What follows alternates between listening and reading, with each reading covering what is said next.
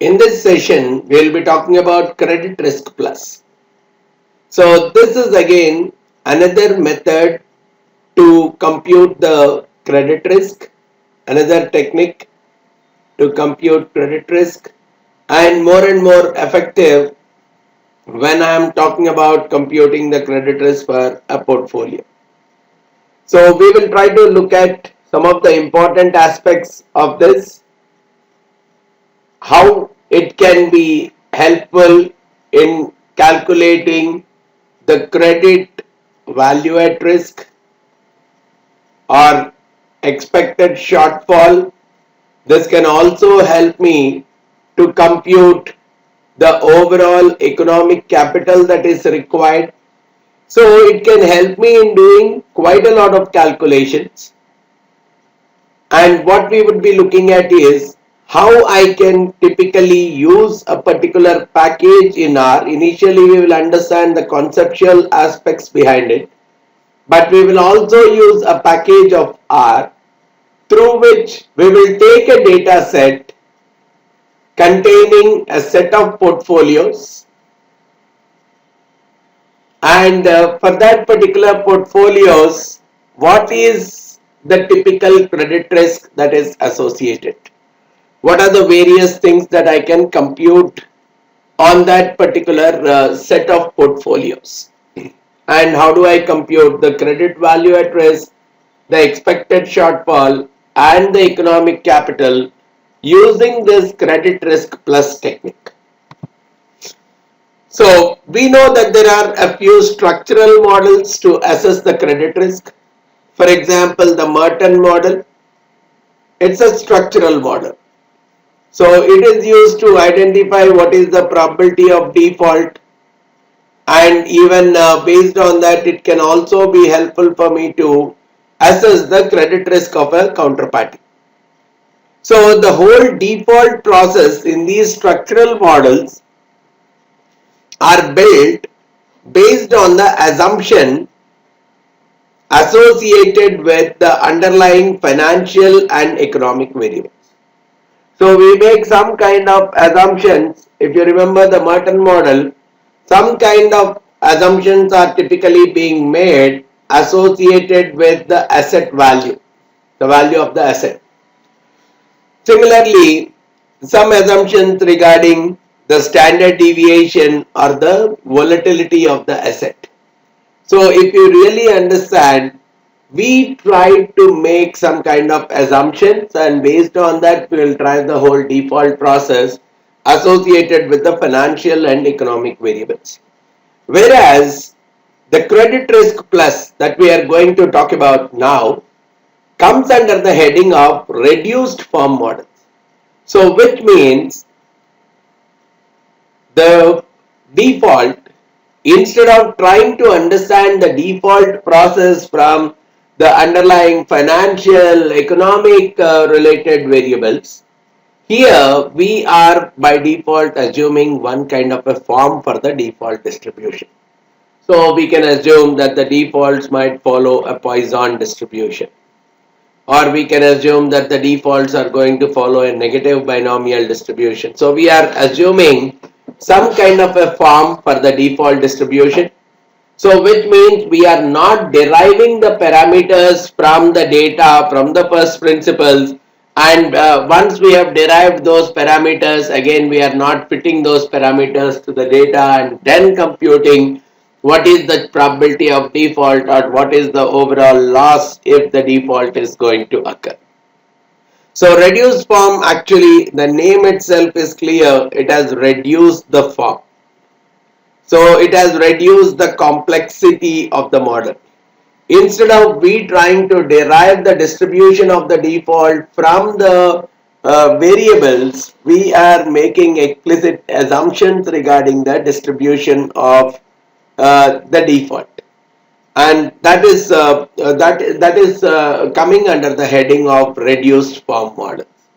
And let me tell you, the one that we are going to deal in this session, the credit risk plus model, comes under the reduced form model.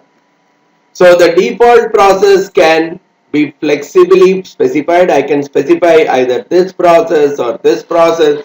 So I can very much flexible in terms of specifying which process is typically followed by default. So I can use that process to fit already observed kind of a data, or in some cases I can use it for analytical tractability or even for the simulation purposes. Once I have made an assumption regarding how the default process is going to behave, I can very well use it either for simulation purpose or even for analytically tracking some kind of solutions out of it. So this is where there are lots of uses of the reduced form models, and one of the most popular reduced form models that we are going to discuss now is the credit risk plus. So few important things here. Here the credit risk plus focuses majorly on default, only on default. It does not consider the migration of the credit ratings. Means a AAA rated firm becoming a AA rated, it hardly matters for credit risk plus. But whatever is the rating, if it has defaulted, that is what is the major focus for credit risk plus. So the downgradation is not under the scope of credit risk plus. It's only the default that would be considered by credit risk plus, right? And majorly the default, especially the loss distribution for a portfolio instead of one individual security, the focus for this model is majorly on a portfolio of credit risks. And because of the assumption that it has made, there is a tractable default distribution. Analytically also the solution for the distribution can very much be arrived at apart from the simulation aspect. So simulation also can be used, but even without simulation also, because we have reduced the form of the model, even an analytical solution is very much possible. So when I look at the major focus of credit risk plus, it is focusing more on the default rate or the intensity, which we typically in other models we try to equate it to nothing but the probability of default. Along with that, it also looks at the variability in the probability of default or variability in the default intensity. So it looks at both the default intensity, which is like a probability of default, along with the standard deviation associated with the probability of default, variability in the default intensity. So these are the two major areas that it focuses on. And specifically, if I have to understand credit risk plus, this is how it works. A few important assumptions based on which the whole default probability is computed. If I look at individual firm, one single firm, it assumes that the default follows a Poisson distribution. In many cases, we have seen that the default follows a Bernoulli distribution. So it has the default is the party has defaulted with some probability P, not defaulted with the probability 1 minus P. That is what is a Bernoulli distribution. Whereas here we are talking about the default for an individual firm. We are modeling it through a Poisson random variable, not a Bernoulli. That's the major difference. And the default intensity, if you are looking at for individual firm, it is a function of the common variables. So we are talking about the D. So what we make as an assumption here is based on some common variables. There could be some the independent. If I take out the common variables, because of the commonality in some economic variables like the macroeconomic factors, let's say the GDP being lesser, it might impact the default across all the borrowers. Now, if I take that common variable outside, this model assumes that the default is independent across the firm.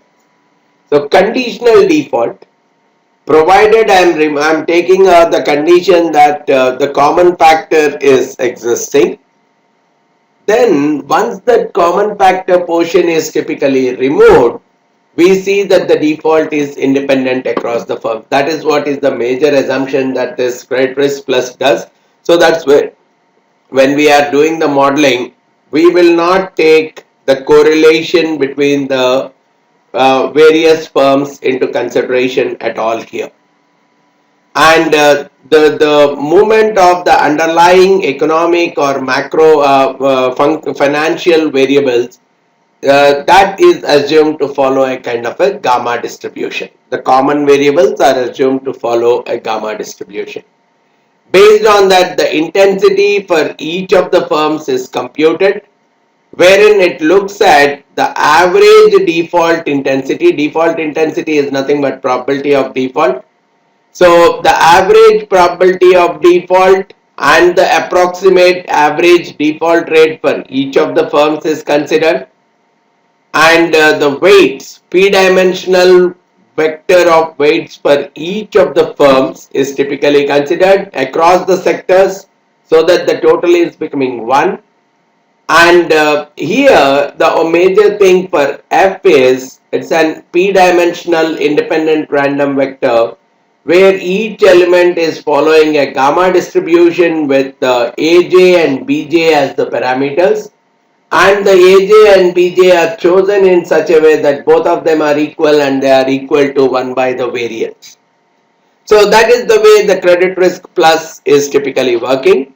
And based on this, when I am saying the default probability of Y star greater than 0, comes out like expected value of the probability of Y star greater than 0 given that the conditions F are there in place, the common variables are acting.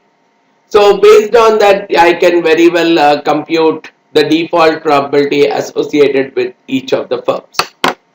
Now, what I want to do it, rather than getting into the mathematics of this, I want to pick up one package from R, take up a data set, based on that try computing and then trying to interpret how this credit risk plus can be helpful in assessing the credit of a portfolio with so many different counterparties, and how do I finally assess what is the capital requirement for this particular firm.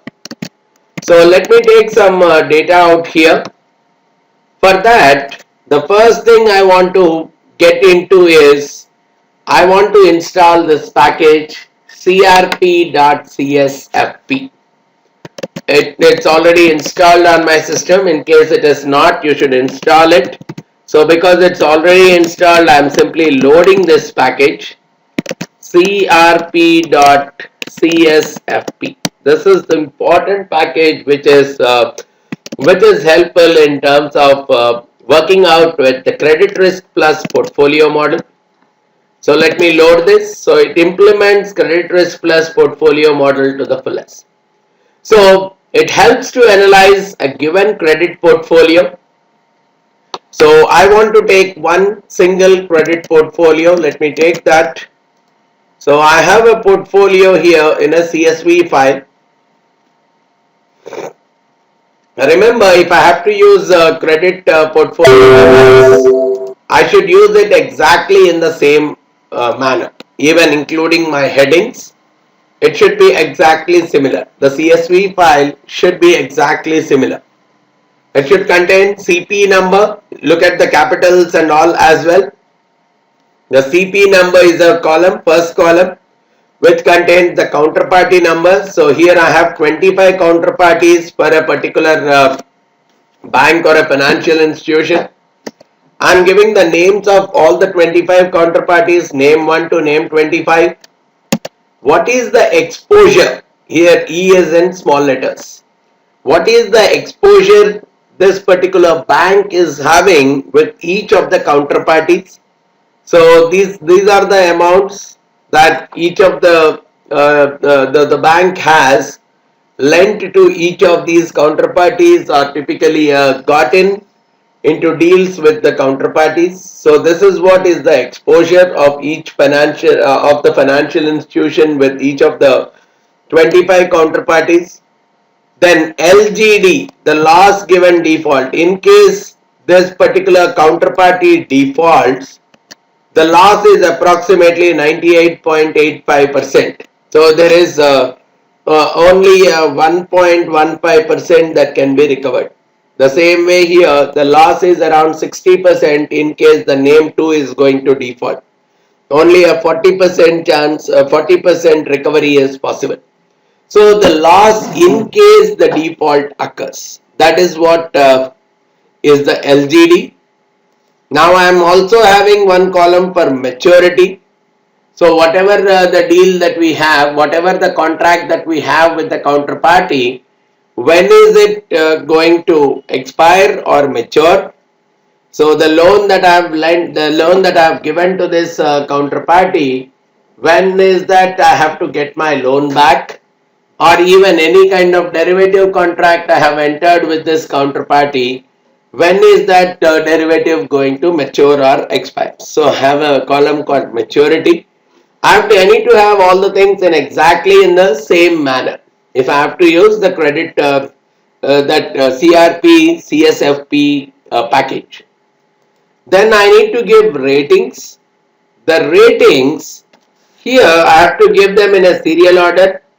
Though we have like AAA, AA, A kind of ratings, here I am giving them as numbers. One is the best kind of rating, and after that it keeps going down. So probably I can associate 1 means a AAA rating, 2 means a AA, 3 means A, 4 means triple B, 5 means B, double B, 6 means B, 7 could be triple C, and 8 could be D. If you have many more ratings, you can even give them. So all those ratings I have to specify in one of my CSV files, which I am calling as rating underscore PD. If you see here, for each of the ratings 1 to 8, I have to specify what is the probability of default, which is the default intensity. Along with that, I am also specifying what is the volatility associated with the probability of default. So again, I could very well, if I have assumed that the probability of default follows some kind of a distribution, here it assumes that it can follow by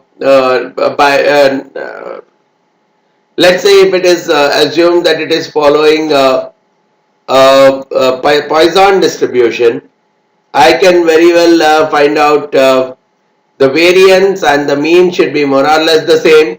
So based on that, the standard deviation could be the square root of the mean. So based on that, I can very well compute my standard deviation. Or if I assume that the default follows some other kind of a distribution, like let's say a negative binomial distribution, based on that I can find out the standard deviations accordingly. So here we have for each of the ratings what is the probability of default.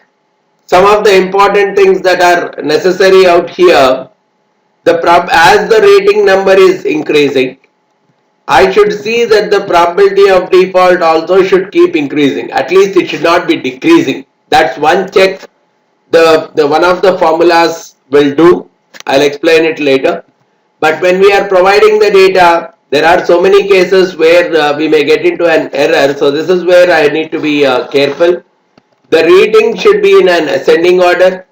Even the probability of default also should be in an ascending order. There should not be any case where the descending order should come into picture. So as the rating number is increasing, the probability of default should keep increasing. That's one rule for executing the function relating to credit plus in credit risk plus in R.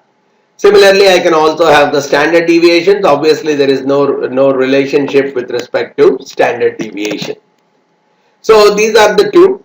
Similarly, I have S1, S2, S3, these will become optional. So when I'm having S1, S2, S3, it means that I'm having three different sectors. I want to even find out sector specific risk as well. So let's say the bank is having three different sectors. And if I'm taking this counterparty 1, this guy is exposed more to sector 1. So 100% of the exposure for the counterparty 1 is in sector 1 itself. Whereas counterparty 2 is having, the bank is having an exposure to counterparty 2 in sector 2. Need not be the case that it should be either 1 or 0. I can have different weights. So this particular counterparty could have dealings with this particular bank in all the three sectors. So in that case, I want to look at. So it's as good as saying. So if so, this exposure of 358,000 entirely is in sector 1. But if I had said 0.5 here and 0.5 here, it means 50% of this exposure comes from sector 1 and 50% of the exposure is coming from sector 2. So like that I can very well do the allocations across the sectors also in such a way that all the weights should be, so these are the weights actually. All these weights should be between 0 and 1, and when I am summing up across all the sectors, the sum should be equal to 1 for each of the counterparties. The sum should be equal to 1. So these are some of the, so if I have 10 sectors, I can give across all the 10 sectors, for which I can compute the sector specific kind of risks as well. So these are the two things that I want to have. One is a portfolio file containing the list of all counterparties, the exposure I have to each of the counterparties, and the loss given default, which I need to have a separate mechanism for computation. Then the maturity of each of the counterparties, the ratings. Now here you could see there is no correlation that is being considered because it makes an assumption that conditional on some common factors, there will be an independence existing across the various counterparties. So this table, we can prepare it. I don't think we should have any kind of problem in terms of preparing this particular table. The second table that we require is this one, talking about, this is a generic one. For each of the ratings, according to us, what is the probability of default and what is the standard deviation associated with the probability of default. These are the two important tables that I am going to look at. So overall, my objective is, by looking at this particular portfolio, I should be able to compute, one, what is my overall credit value at risk, right? How much is the expected loss? How much should be the economic capital that needs to be set aside? And if at all I want to look at the expected shortfall, all these kinds of stuff I can very well compute. And along with that, even at an individual counterparty level also, a few set of calculations can very well be performed. So I want to assess the credit risk of this entire portfolio using this credit risk plus model. So I should be able to compute the expected loss again at an individual level as well as the overall portfolio level, the standard deviation of the losses, value at risk again for each individual as well as at the integrated portfolio level. Expected shortfall also I should be able to compute at the individual counterparty level as well as at the overall portfolio level. For any level of confidence, probably I can look at 99%, 99.9% or even 99.99%. So whatever is the confidence level at which I want to compute these numbers, I should be able to compute them. And counterparty wise, what is the level of contribution each of the counterparty is doing to the overall risk? Even that kind of a computation can very well be done. So all this is executed through this package. So once I have these two important data, I don't think it's very difficult. I know all the counterparties with which I have the dealings. I have a number of what is the exposure with each of the counterparties. Then loss given default, I can have my own internal processes to assess what is the loss given default. The maturity values are known. The ratings associated with each of my counterparties is known. And the various sectors to which these counterparties are exposed is known. So the information is fully capturable within a bank, and once that information is available, I am trying to execute my credit risk plus portfolio model to assess the overall credit risk of that particular portfolio. For that, initially we will get started with a function called init. Let's look at this init function, the first step of the overall process. So before I get initiated with the init, let's start off with the init function. First, let me do a simple search for init so that we can understand what the init is doing for us. So this function helps to create a new entity of CRP CSFP object. So this is what will help me first of all to initialize the object and after that run the model altogether. Now these are all the various inputs that I have to give to the model.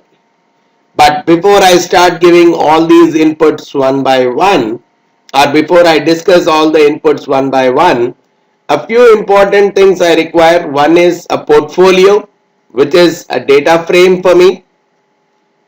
Right? Portfolio is a data frame. Rating.scale is a data frame. And sector.variance. Okay, sector.variance also could be a data frame. So portfolio data frame we already have, right? And if I'm going back to this help file, you should see as an input, the first thing I require is a portfolio data frame containing the portfolio information. And the structure of the CSV file should first have the CP number, which is the counterparty number, counterparty name, exposure, LGD, maturity, ratings, and whatever is the sectors I have, I should have them as S1, S2, S3, so on. So that we already have, right? Portfolio is something that we already have. So for that, I can specify the location of the portfolio. Now before that, I should actually give the path. If you look at it, there is something called path.in, which is the input path. And if you see here in the path.in, the path to the directory where the input files are existing. So here for me the input files are two major files. One is a portfolio.csv file which contains the list of all portfolios, and the second one is the ratings underscore pd kind of a file which contains the mapping of each of the ratings with their corresponding probability of default and the loss given the standard deviation of the probability of default. All of them should be in the same directory. So this is where I should first specify the path.in. So for that, let me first give the path. Let me just bring out the path. The code wise, I think I have copied in this notepad. So I want to just copy this code. So basically I want to say here, the path is nothing but it's in this particular location for me. In the data set, credit portfolio is the name of the folder in which I have, if you look at it, the credit, the training videos, our data sets, credit portfolio, it is where I have these CSV files. So that's the path for me. Now from here, I want to first get my portfolio. And to get my portfolio, I am simply using this code. We'll first take this code. You see, I am doing a read.csv, wherein I am combining this path along with the portfolio.csv. Now because I already have this, I don't need this one, right? Because we already have put double quote out here, I can take the path and portfolio.csv. So this is the portfolio that I am considering. So to this path, I am pasting portfolio.csv, and that is what is being read as portfolio. So just to quickly check my portfolio, if I am typing this, it comes out what we have seen in the spreadsheet. The same numbers are coming out here. So this part is taken care of. So I have got my portfolio as a part of the Init model, and I also require my rating.scale.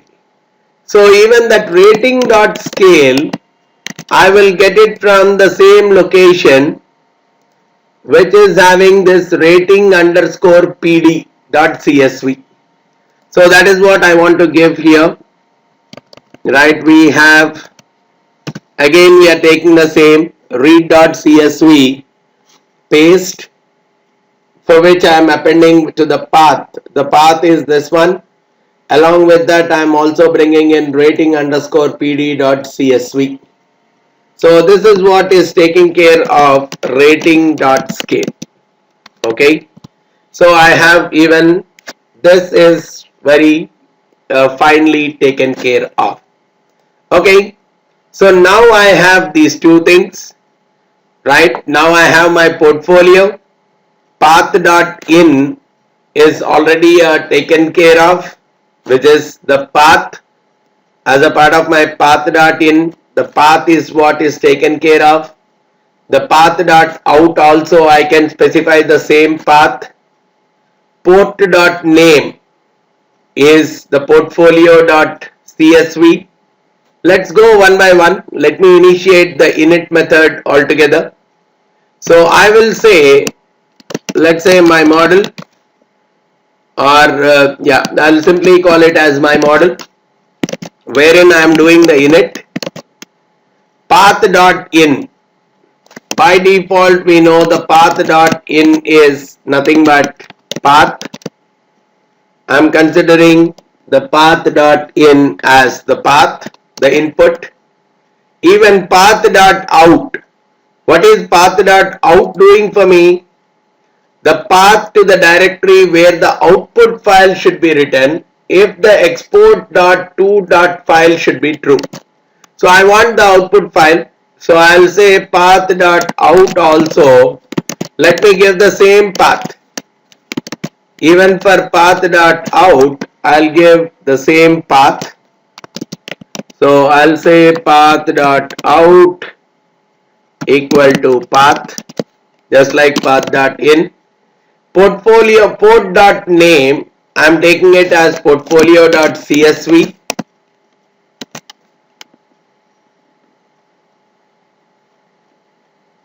Right?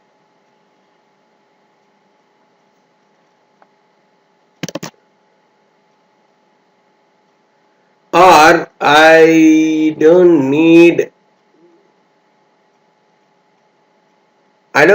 these names, port.name, because port.name is more about it should be a CSV, the default itself, right? Okay, we can give port.name is portfolio.csv.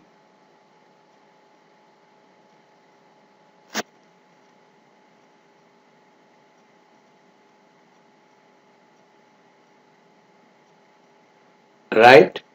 And I can also give rating scale name, the same rating underscore pd.csv. So even that I can continue. Then sector variance. Oh, we did not specify the sector variance. It's better that I specify a sector variance, which should be a data frame.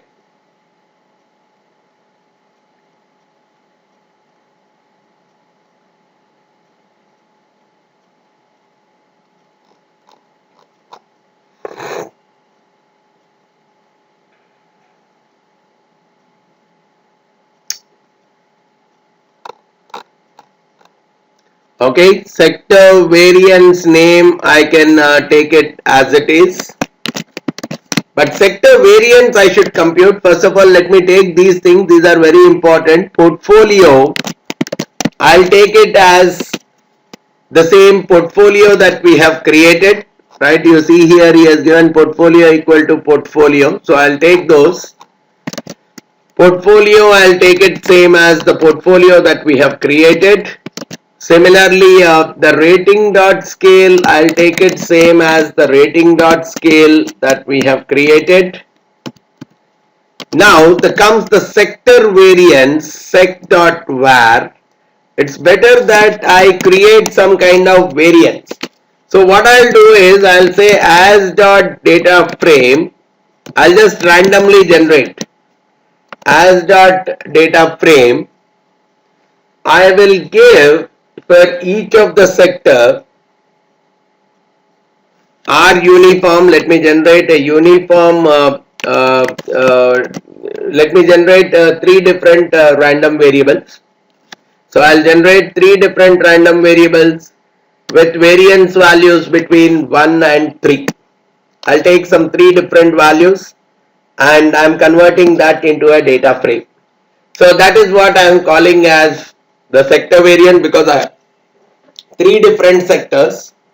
I want some kind of variance associated with each of the sectors. So probably I could have given 1, 2, 3 as a data frame, or so, but this one should have a heading where, if you look at the sector variance, data frame containing the sector variances, so the column should be having var.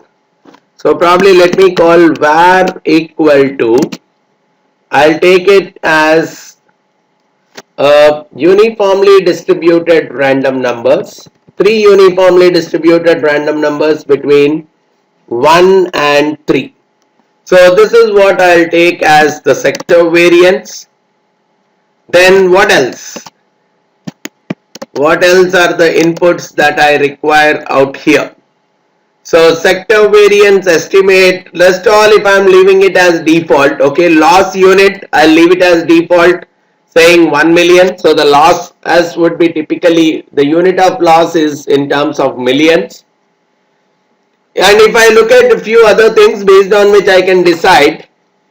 So if I am saying sector variance estimate is 5, then it is reading from the external file. So we have given the external thing as a default value between 1 and 3, some kind of uniform value between 1 and 3. And based on that, if I am setting 1, 2, 3, 4, I'll talk about them. There are different methods of computation of variance rather than reading it from the external file. So the loss dot unit, I have already shown that the default is showing 10 to the 1 E06, which is an indication that 10 to the power of 6, which is 1 million, is the typical loss unit. So number of exposure bands that are being calculated, talking about the n iteration maximum, the default is 0 and the global is around 100,000. Then alpha is a very important variable for us. This is talking about the confidence intervals between 0 and 1, for which I have to compute the value at risk as well as the expected shortfall. The default value is 0.999, which is 99.9%. But if I want for couple of levels, right, so I can very well set my alpha as, okay, I want it for 95, I want it for 99 as well as for 99.9. So I can very well specify that I want alpha, I want for three different value at risk calculations. So it's a vector of the three different confidence levels for which I want to compute the var and expected shortfall. Then PDF, plot.pdf, the probability density function, it's a logical indicator whether the PDF should be plotted or not. I should set it as true. Let's see what is the default. Plot.pdf by default is true, so I can very well ignore it. export to file. So by default it is set to false, but if I am setting it to true, it will write to my output file. So let's say I want to set this export to file as true, right? If it is true, it will do the exporting part. Then calc.rc. Calc.rc is a flag for calculating the risk contributions of each one of them. So by default it is looking false. If I want to know the risk contributions of each one of them, it's better that I compute even this as true so that I can understand the risk contributions of each of the counterparties to the overall risk. The plot scale by default is in millions, so the x-axis that you will get for the graph is in terms of millions.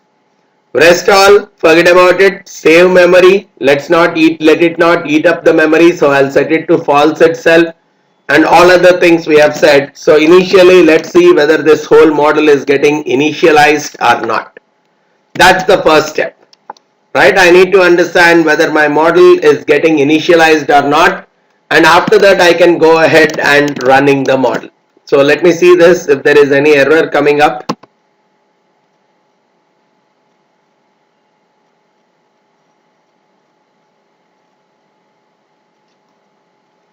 Unexpected symbol.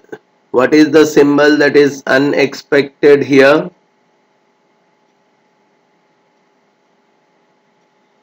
Okay, so this sector dot variance name,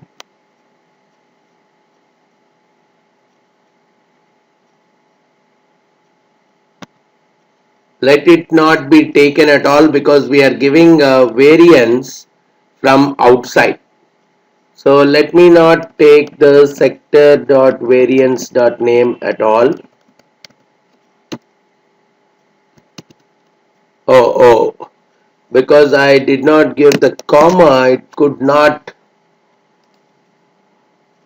Let me again redo it. The only thing here, I think I missed out the comma.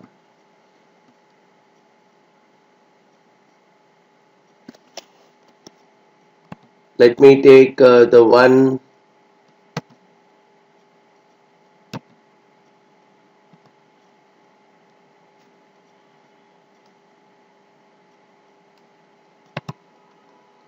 Let me take this one where looks like a comma is omitted for sector dot variance dot name. So I'll take this sector dot variance name.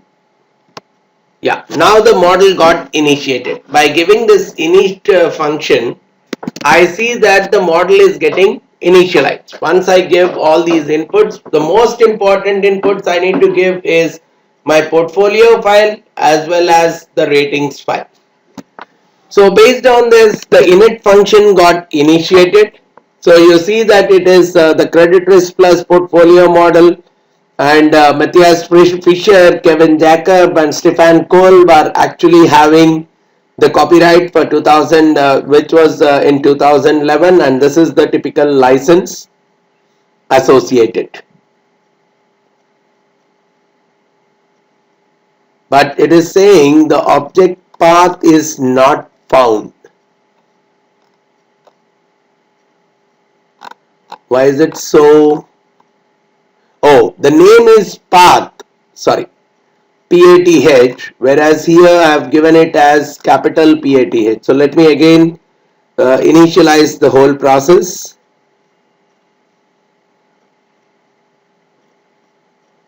So in R, that is what will be the problem. Even your capitalizations need to be taken care of. That's why otherwise it is going to give you error. Okay, so it's the path.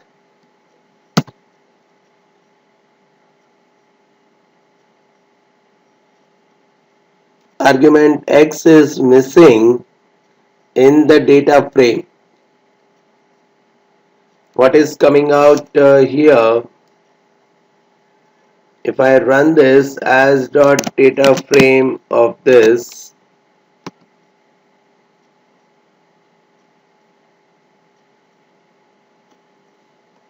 Otherwise, let me not call it as dot data frame. I think I should simply call it data frame itself. That should be sufficient because I'm not converting from one to the other. So if I say simply data dot frame, let's see how it works.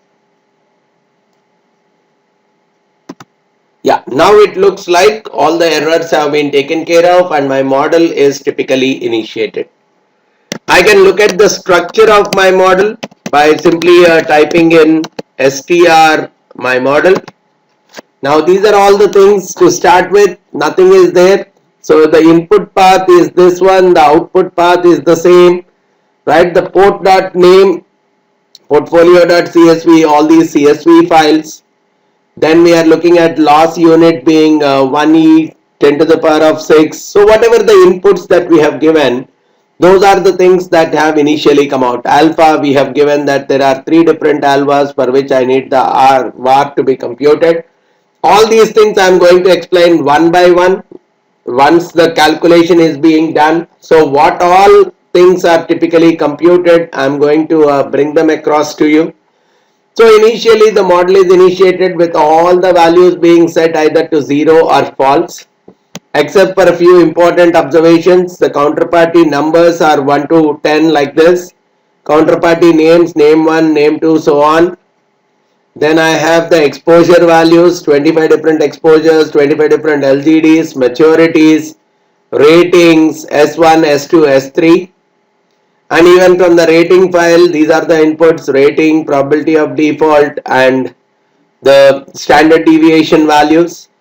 And even if you look at the sector variance, we have taken 3 different observations, and as random numbers they have given me these values for this set. So I'm going to go ahead with these particular numbers. Now export to file, if I'm looking at here, right now there is nothing that has been written to this location. But once we typically finish off the model, what I will see is in the same location, I will get another folder called my model, into which some of the outputs will typically be written. So once this process is over, the next step comes in terms of using the crp.csfp function.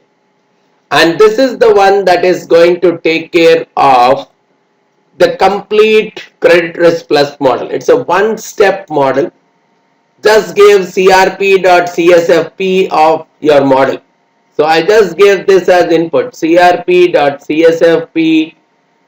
of my model. That's it.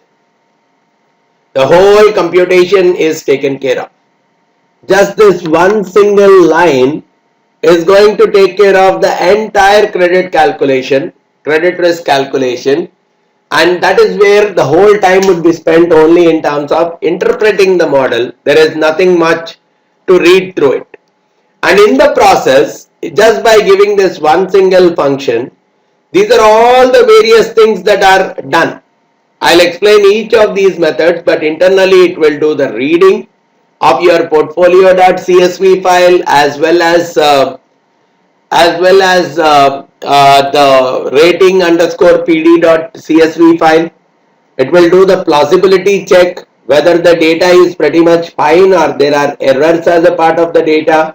Some basic checks it is going to do, especially when we are talking about multiple sectors. Are the weights summing up to 1 across all the sectors or not? So there are some basic checks that it is going to perform. Then all the various portfolio statistics are typically computed. The loss distributions are computed. Various measures are computed. Plotting is done. The VAR as well as the expected shortfall is computed. The standard distribution is computed, and all of these are typically exported to your output file, which would come out as a file with a folder my model, because that's the name of your model. You will get a folder with this particular name, under which 3 different spreadsheets would typically come out. 3 different CSV files are going to come out, which will indicate the output of or the summary of all the methods that you have typically used. Summary of the entire credit risk plus model that is being used on the data. So for that, this is the only small piece of code that you have to write. So your whole credit risk model is typically taken care of. So you can very well say my model is equal to crp.csfp of my model. That's it. The whole model is taken care of. Now you see there are so many computations that are being performed. There are, as we have asked for different values. So initially there is an expected loss, which is somewhere between 0 and 10, probably it's around 4 or something. We'll look at the numbers. Then var, this is the 95% var, this is the 99%, sorry, this is 99% var, 99.9% var and 99.99% var, or whatever we have asked for. I think we have asked for 95, 99 and 99.9, right? Yeah, 95, 99 and 99.9. So the blue ones, this is the 95% confidence interval var, 99% confidence interval var, 99.9% confidence interval var. Similarly, the red ones indicate the corresponding expected shortfall. So this is how the plot has typically come out, right? Let's try to understand something more what this model has typically executed. But before that, let me simply follow the process. Now, let me do something on the input data. Now if I want to decode the whole set of operations that it has gone with, initially let me start with this. The portfolio data, within this we have cp.nr. Otherwise let me open the output first. If I want to know the output, I'll interpret this calculation slightly separate, but let's first go through this. Importing the risk information. So initially it has got the ratings, PD and SD. Importing the portfolio data, your whole portfolio file it has got. Importing PD sector variances, we have given them as 3 different variances for 3 different sectors, so that is what is taken. 25 counterparties, 3 sectors, that's the whole information. Now it is doing the calculation of the sector information. We will look at what it has done. Overall, the first important input, the diversifiable risk is coming out to 8.28 trillion. That's the amount of risk that can be very much diversified away. So the diversifiable risk is coming out to 8.28 trillion, whereas the systemic risk is coming out to 11.72 trillion. So if you look at the total risk, it's around 20 trillion. That's the total risk, 11.72 plus 8.28. So the total risk is working out to 20 trillion, out of which 8.28 can very well be diversified because of the portfolio effect. 11.72 cannot be diversified, that much of risk is very much present. Then overall net exposure of the portfolio is 130.51 million. If you look at the summation of this overall exposure column, it is coming out to 130.51 million. Then portfolio potential loss. Now what is this potential loss? I take the exposure and multiply it with LGD. Based on this I am getting the potential loss. So when I take this number and multiply it with the loss given default across for all of them, now this is what will give me the potential net exposure, because some portion can be recovered, only those unrecovered portion is going to be my net exposure. So that's where I am talking about the potential loss. So this is where I am saying the overall potential loss could be to the extent of 41 million. Then portfolio expected loss is 3.8 million. Basically we are multiplying exposure into LGD into probability of default. Probability of default is coming from this rating file, right? So when I'm in case I want to look at this ratings, if I can simply take this out and put it somewhere here, or probably here, and here let me look at, based on the ratings, I want to bring the probability of default for each of them. So if I use the VLOOKUP, wherein by looking up at this, I want to bring out the corresponding probability of default, and based on this, if I want to compute the expected loss, which is nothing but the potential loss multiplied by the probability of default, is giving me the expected loss, and overall you could see that it is approximately 3.8 million. You look at the summation of all this. So expected loss is to the extent of 3.8 million. And similarly, the portfolio standard deviation, you can very well compute it, and it comes out to 4.47 million. So these are some of the basic computations on your portfolio file. The maximum exposure band per counterparty is coming out to be 7. So after that, there is a discretization that it is doing. What is this discretization? We said that the loss unit, we have specified it as 1 million. So all these losses will typically be adjusted to the closest million, will be rounded off to the closest million. So it's basically like I am doing rounding of this number divided by a million to the closest million, right? Or probably it would be 1 or 2. So here, if it is less, then it will simply go as 1 million, but otherwise it goes with 2s and 3s. So there are some 4s, there are some 7. Now this is where it came out that the number of bands per counterparty is coming out to be 7. And here, instead of wherever it is zeros, it will still come out to be 1 itself. Because based on that, it is going to take you to, or probably it's like round up. You do it as round up.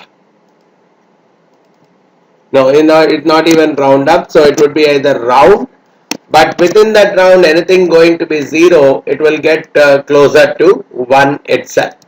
So this is what will come out as a part of the overall discretization. So the loss unit is 1 million, so everything will be expressed in terms of something closer to 1 million. So it talks about until that level of confidence levels are typically being reached, this process keeps iterating. And there are some portfolio statistics that are computed. Expected loss is going to be this much. So there is a small difference between the expected loss computer here and after the discretization. Before the discretization with the actual values, and after the discretization after the adjustment to the nearest million. So overall, I could see that the expected loss is still 3.8 million itself. The difference between the two is somewhere around 4.21 thousand. So around 4,200 is something is the difference. Okay, important points. The exceedance probability of the expected loss. So what is the probability that the expected loss, that the actual losses, in how many times the losses have crossed the expected loss, 3.8 million. I see that in almost 49% of the cases, the losses have been over and above the expected loss. And portfolio standard deviation is somewhere around this. Portfolio value at risk at 95% is 13 million. At 99% it is 20 million, and at 99.9% the portfolio value at risk is 31 million. So economic capital generally is computed as the value at risk minus the expected loss. So 13 million minus 3.8 million coming out to 9.2 million for 95% economic capital. 99% economic capital is 20 minus 3.8, 16.2, and even 99.9% economic capital works out to 27.2. Then coming to expected shortfall, I am taking the average of all the losses beyond 13 million, which worked out to 17.07. Average of all the losses beyond 20 million, working out to 24.19 million, and average of all losses beyond 31 million, working out to 35.34 million. And there is also one computation that is performed, mean expected loss exceedance. Anything above 3.8 million, I am trying to find the average of all those losses, and that's around 6.98 million. And the expected shortfall tau is having a multiplication factor of 1.023.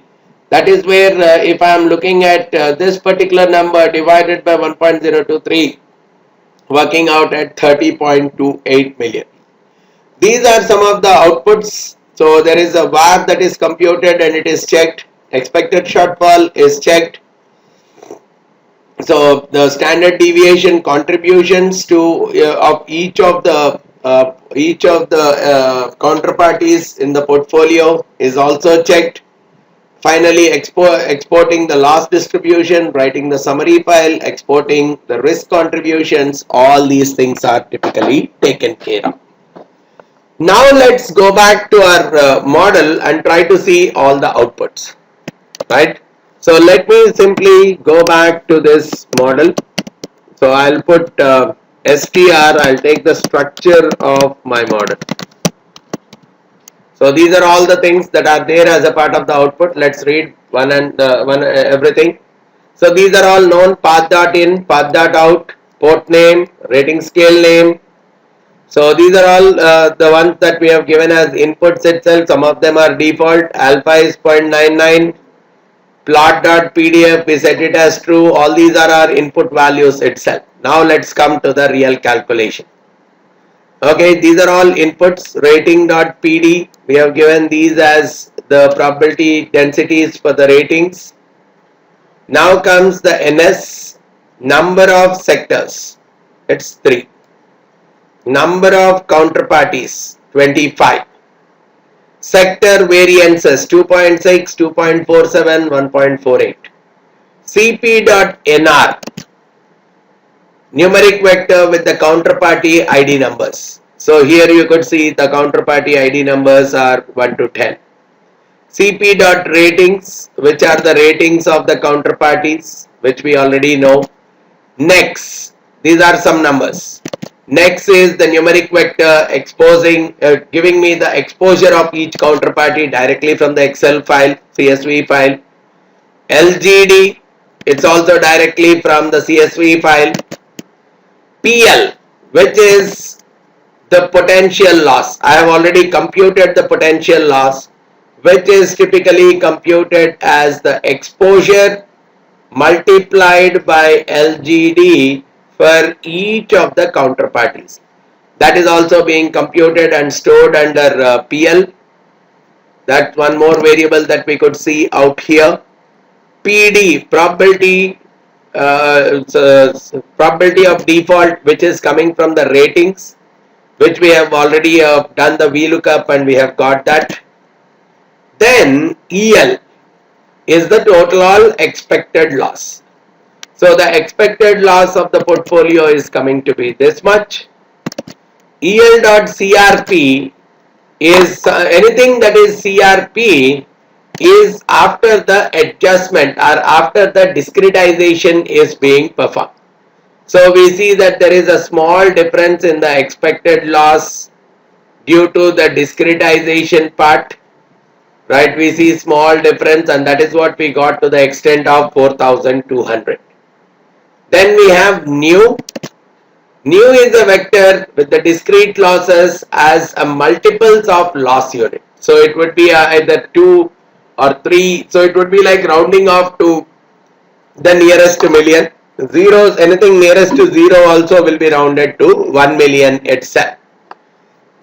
Then we also have PL.CRT, which is the probability of losses as adjusted to the nearest million. So 1 million, 1 million, somewhere we have 2 million, 3 million. So they are adjusted to the loss unit, and corresponding to this loss unit, the probability of default will be computed. Now here, instead of taking zero point 0.3 as a probability of default, I will adjust it to the nearest million, and based on that I will compute what is the probability of default. So which is what is talking about only 0.10, because the actual loss is, we are talking about potential loss is 354, whereas here we are talking about 1 million, which is much higher. So obviously the probability of default mapping on to the density function curve is telling me that the probability of default is only 10.63% out here. The same logic, if I go with the next, this is also 66, but we have rounded it up to 1 million. So that's where the probability of default is coming out only to 0.1987. So the probability of default is adjusted corresponding to the rounding ups that we have typically got. So based on them, we got a new probability of default, we got a new potential loss. So corresponding to them, we have computed the expected loss, and that is what has given this particular number. So there is a slight difference between the two. Overall, there are 42 iterations that have been performed. Now for each of the sectors, we have a few calculations. Right, so we have discussed all of them. Corresponding to the portfolio, we have discussed all. Corresponding to the ratings also, we know these are the inputs itself, the numeric vector with the different rating classes, the probability of default corresponding to each rating class, and standard deviation of the probability of default corresponding to the rating classes. Then we have sector related information, mu.k. So these are the average number of defaults per sector.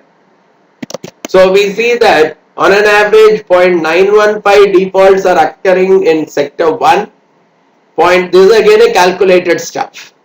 0.798 defaults in sector 2 and 0.645 defaults in sector 3, which is typically calculated as the weightage multiplied by the probability of the density. All of them right now are carrying equal weightage. So we look at the probability of default after the adjustment, and based on that the average number of defaults for each of the sector are computed. Similarly, we have the loss for each of the sector, which is the average loss per sector. So overall we have found it as 3.8 million. So we are looking at it sector wise. So the average loss that is coming out per sector, again multiplied by the corresponding probability, then the probability of default multiplied by the potential loss. So coming out as, here it is working out to 1.63 million from sector 1, 1.15 million in sector 2 and 1.01 million in sector 3. All three of them should add up to the overall expected. So here I could make out that the average number of losses are higher in sector 1. Along with that, the amount of loss also, average loss amount is also higher. Expected loss amount is also higher in sector 1. And we are also talking about the sector based standard deviation, which is coming out to 1.61, 1.57 and 1.22. So even it shows that the volatility is also higher as a part of sector 1 itself. And based on all these things, okay, so these are the control related parameters. So when I say sector.variance estimate is 5, that's the default parameter. So the variances are read from the external file. Otherwise, the variances are taken out of these mechanisms. If I am setting it to 1, it will be typically taken as weights multiplied by the standard deviation. The standard deviation that we have given for each of the sectors. So based on that, the overall sector variance would be computed. Similarly, this weights divided by mu k So this is what would be computed in case I set it to 2, 3, 4. So these are the different kinds of ways in which the sector variance would be estimated if I did not give the external file and if I am asking it to compute internally itself. So either I can set it to 1, 2, 3, 4, or by default if I set it to 5, I have to give the variances of each of the sectors from outside. Now this is what is associated with the variance. Okay, these are some of the things which we already have. Model measures, I think we have discussed. Number of sectors, we have 3. Number of counterparties, 25. Sector variance, it should be either 1, 2, 3, 4, 5. So, no, it's a sector variances. We have taken it as something that is following a random uniform distribution with values between 1 and 3. We have got the expected loss before discretization, then expected loss after discretization. So the differences are very small because because of the alpha maximum being very small. Then we have sigma squared dip, diversified squared sigma means diversifiable variance, which is the diversifiable risk. So out of the total risk, we are talking about the diversifiable risk. So if I take this number and I square it, this is the overall standard deviation. If I square it, it's approximately 20 million. So let me just take this number,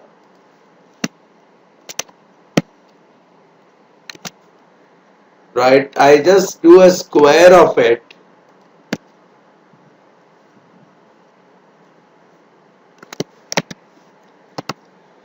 So it's around close to 2 into 10 to the power of 30, right? Now what we are simply saying is, out of that, the diversifiable part is 8.28 and the non-diversifiable, which is the systematic risk part of it, is 1.17 into 10 to the power of 13. So it's approximately 11.7 here and 8.28, so 19.98. So that is what we could see out here. So we could see that this is the diversifiable part of the risk, that is the non-diversifiable part or the systematic risk altogether. And these are the standard deviations, one before the discretization and this one is after the discretization. So we have SD, portfolio standard deviation before discretization, portfolio standard deviation after discretization. And W talks about the weights that we are giving to each one. Fair enough. Now let's come back to the next part. Here the VAR is the value at risk for different given levels of alpha. So here we have talked about 95%, 99% and 99.9%. So the value at risk is computed for each one of them. The economic capital is typically computed for each level of alpha, as we have seen in the output when we have discussed it. It is typically computed as the value at risk minus the expected loss. And finally, the expected shortfall is also computed for the given levels of alpha, which is nothing but it's the average of all the losses beyond the VAR. Average of all the losses that are beyond the VAR.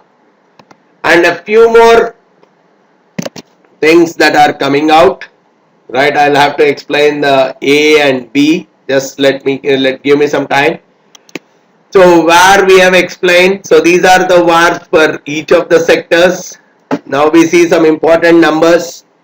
So VAR per sector 1 is 1.3 into 10 to the power of 7. Approximately for sector 1, the VAR is 1.3 into 10 to the power of 7. So it is approximately 13 million is the VAR for sector 1. Approximately 20, okay, these are not per sectors. This is a 95% VAR. This is for the overall portfolio itself. 99% VAR is 20 million. and 99.9%. These are the three we have computed. It is coming out to 31 million. Okay. Similarly, these are the expected economic capitals, which we have computed it as difference between the VAR and the expected loss. Then we have expected shortfall, which is the average of all the losses beyond the VAR at the corresponding numbers. Then we have var.cont. Var.cont is nothing but the contributions, the risk contributions for each of the counterparties. We have 25. So this is talking about what is the risk contribution for the first one. So the first counterparty has contributed approximately 1.07 million to the overall VAR. The second counterparty has 939,000, 456,000, 172,000. So that's how we are getting the contributions of each of the counterparties to the overall VAR. So if I really want to get this number, I can simply say my model at the rate this one.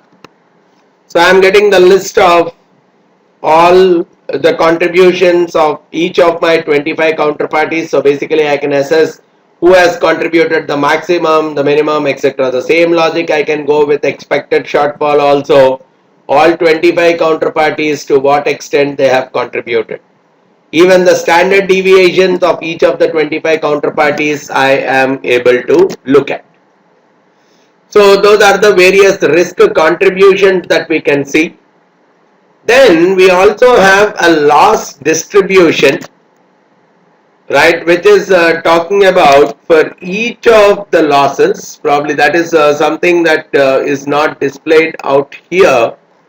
The loss distribution, it's just an adjustment based on the various losses. We'll see that it is these three we will find as a part of a CSV file to which it writes the output. We'll examine those CSV file. So it has simply taken the different loss bands. Basically it's like 1 million, 2 million, 3 million. It may go up to that 31 or probably 40 million to plot, to do the graphic plot. Now corresponding to 1 million, what is the PDF? Probability density function, and what is the cumulative density distribution function corresponding to each one of them, so that the overall plotting can be done. And for doing all these things, there are some internal parameters. A, in this case you could see that it has computed A. There are 43 values. For each iteration different values of A are being tried. The corresponding the PDFs, the corresponding CDFs, and you could see that these are the loss, the loss function that we have said. So these are the 43 different losses, right from 0 to 42 million, 0 million, 1 million, 2 million. So that's where there are 43 numbers. Corresponding to each of these 43, we have different PDFs, probability density functions, and their corresponding cumulative distribution functions. You could see that this plus this will add up to this. The first three will add up to this. So that's how they are cumulative distribution functions. And B is talking about, it's a matrix calculated during the loss distribution. So this is the typical matrix that is computed during the entire loss distribution process. Now these are all typically being plotted for us. So if you look at the overall VAR of the position is going to be this much. The alpha wise, this is worked out to 95.8, 99.1 and 99.9, and a few checks that it has done across the process. So you could see that read.ok is something saying that the input files are read correctly, data frames it was able to read correctly. Plotty.ok, it has plotty.ok is true, indicating that the plausibility check was done successfully. rc.ok, talking about the calculations relating to VAR and expected shortfall are very much correct. var.pos, talking about the positions of VAR in the cumulative distribution function. And it's also talking about the CDF levels associated with the VAR. These are all the various calculations that are performed as a part of this particular model. And I've said that it has typically done so many calculations in the process. Portfolio statistics are computed, the loss distributions are computed, the individual counterparties contributions to the overall standard deviations are computed, the VAR and the expected shortfall for the overall model as well as the individual risks are typically computed. Then the whole set of values are exported to the output CSV files. We'll look at the CSV files now. There are a few CSV files that are computed and are updated as a part of the folder which we have given as a part of path.out. Various portfolio measures are computed. Plausibility check is being performed and it is said okay. The PDF got plotted. We have seen the probability density function along with the expected loss. We have seen the VARs for different intervals that we have given as well as the expected shortfall for the different intervals. So there is a reading of input files, there is a summarizing of all the portfolio key numbers and even the writing to the summary. So these are so many things that are computed. Let me look at the output now.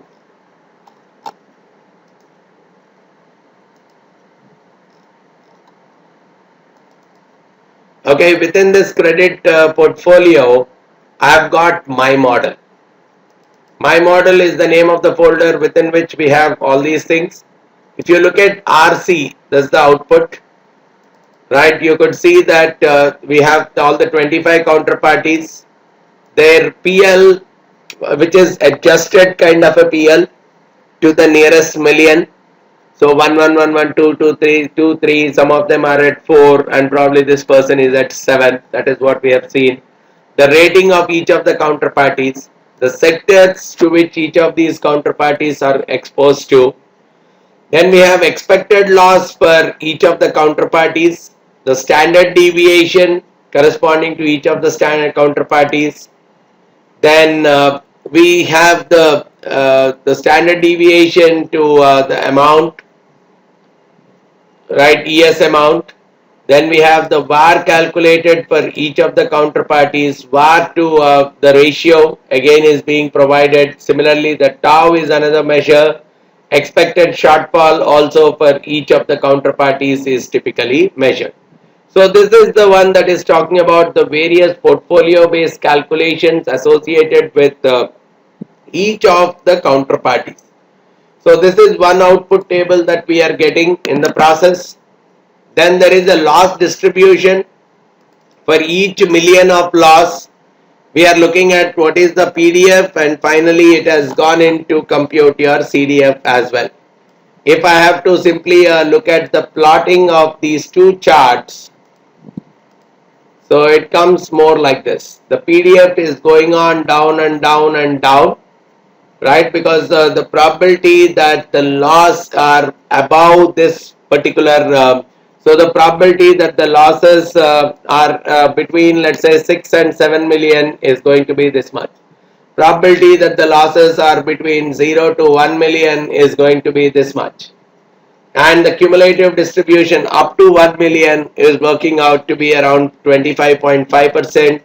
So if you look at beyond let's say if I want the median part, it's around 2 million because the CDF is close to 50% out there. So even this kind of a graph is something that we have got as an output. And finally, a quick summary of the model, right? We are talking about the three different models because we have three different alpha values suggested. All these values NC, number of counterparties, number of sectors, expected loss after discretization, standard deviation after discretization, diversifiable risk, the undiversifiable or the systematic risk, the alpha value. Then we have the overall potential loss exposure. Different alphas are the difference.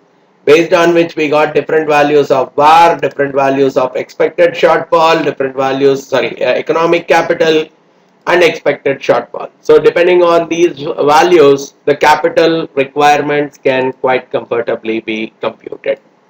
So this is how I can take the help of the credit risk plus model for the assessment of credit risk of a portfolio of securities, right? So that's what I wanted to take up as a part of this credit risk plus model. I hope you got a good amount of understanding regarding the usage of this model, the basic understanding of the model, execution of this model in R, interpreting the output of the model, and finally computing the various portfolio related values like value at risk, the expected shortfall, economic capital, all these various measures both at the overall portfolio level as well as at the individual counterparties level as well. If you have any further queries, please feel free to get back to me by giving me a call on the number that I have given below, or you can send in an email at the email address that I have given. Thanks a lot for listening to this session. Thank you very much.